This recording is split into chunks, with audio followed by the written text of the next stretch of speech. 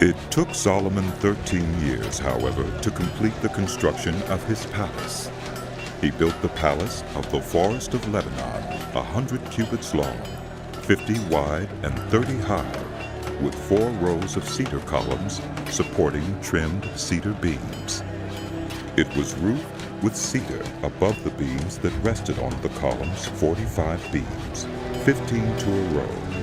Its windows were placed high in sets of 3, facing each other. All the doorways had rectangular frames. They were in the front part in sets of 3, facing each other. He made a colonnade 50 cubits long and 30 wide.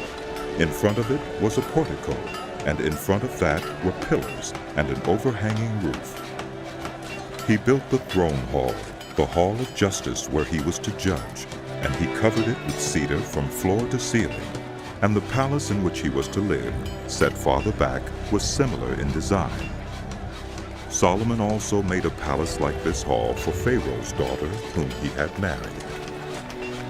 All these structures from the outside to the great courtyard and from foundation to eaves were made of blocks of high-grade stone cut to size and trimmed with a saw on their inner and outer faces. The foundations were laid with large stones of good quality, some measuring 10 cubits and some 8. Above were high-grade stones cut to size and cedar beams. The great courtyard was surrounded by a wall of 3 courses of dressed stone and 1 course of trimmed cedar beams, as was the inner courtyard of the temple of the Lord with its portico. King Solomon sent to Tyre and brought Huram, whose mother was a widow from the tribe of Naphtali, and whose father was from Tyre, and a skilled worker in bronze. Huram was filled with wisdom, with understanding, and with knowledge to do all kinds of bronze work. He came to King Solomon and did all the work assigned to him. He cast 2 bronze pillars, each 18 cubits high and 12 cubits in circumference. He also made 2 capitals of cast bronze to set on the tops of the pillars. Each capital was 5 cubits high. A network of interwoven chains adorned the capitals on top of the pillars, 7 for each capital. He made pomegranates in 2 rows, encircling each network to decorate the capitals on top of the pillars. He did the same for each capital. The capitals on top of the pillars in the portico were in the shape of lilies, 4 cubits high. On the capitals of both pillars, above the bowl-shaped part, next to the network, were the 200 pomegranates in rows all around. He erected the pillars at the portico of the temple. The pillar to the south he named Jachin, and the one to the north, Boaz. The capitals on top were in the shape of lilies. And so the work on the pillars was completed. He made the sea of cast metal, circular in shape, measuring 10 cubits from rim to rim, and 5 cubits high. It took a line of 30 cubits to measure around it. Below the rim, gourds encircled it, 10 to a cubit. The gourds were cast in 2 rows in one piece with the sea. The sea stood on 12 bulls, 3 facing north, 3 facing west, 3 facing south, and 3 facing east. The sea rested on top of them, and their hindquarters were toward the center. It was a handbreadth in thickness, and its rim was like the rim of a cup. Like a lily blossom, it held 2,000 baths. He also made 10 movable stands of bronze. Each was 4 cubits long, 4 wide, and 3 high. This is how the stands were made. They had side panels attached to uprights. On the panels between the uprights were lions, bulls, and cherubim, and on the uprights as well. Above and below the lions and bulls were wreaths of hammered work. Each stand had 4 bronze wheels with bronze axles, and each had a basin resting on 4 supports, cast with wreaths on each side. On the inside of the stand there was an opening that had a circular frame 1 cubit deep. This opening was round, and with its basework it measured 1.5 cubits. Around its opening there was engraving. The panels of the stands were square, not round. The 4 wheels were under the panels, and the axles of the wheels were attached to the stand. The diameter of each wheel was 1.5 cubits.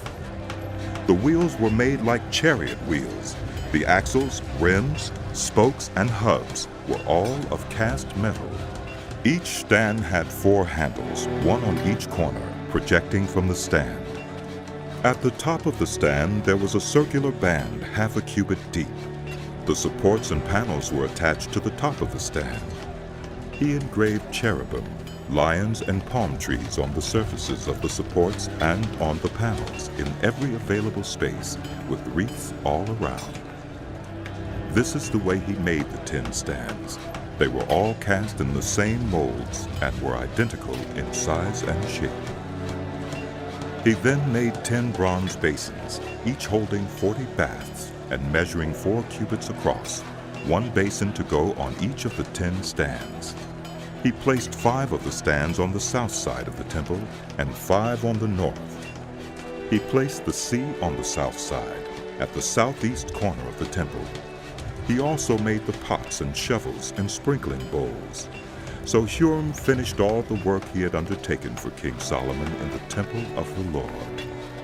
The 2 pillars, the 2 bowl-shaped capitals on top of the pillars, the 2 sets of network decorating the 2 bowl-shaped capitals on top of the pillars, the 400 pomegranates for the 2 sets of network, 2 rows of pomegranates for each network decorating the bowl-shaped capitals on top of the pillars, the 10 stands with their 10 basins, the sea and the 12 bulls under it, the pots, shovels, and sprinkling bowls.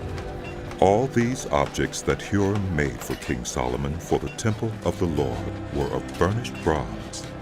The king had them cast in clay molds in the plain of the Jordan between Succoth and Zarethan.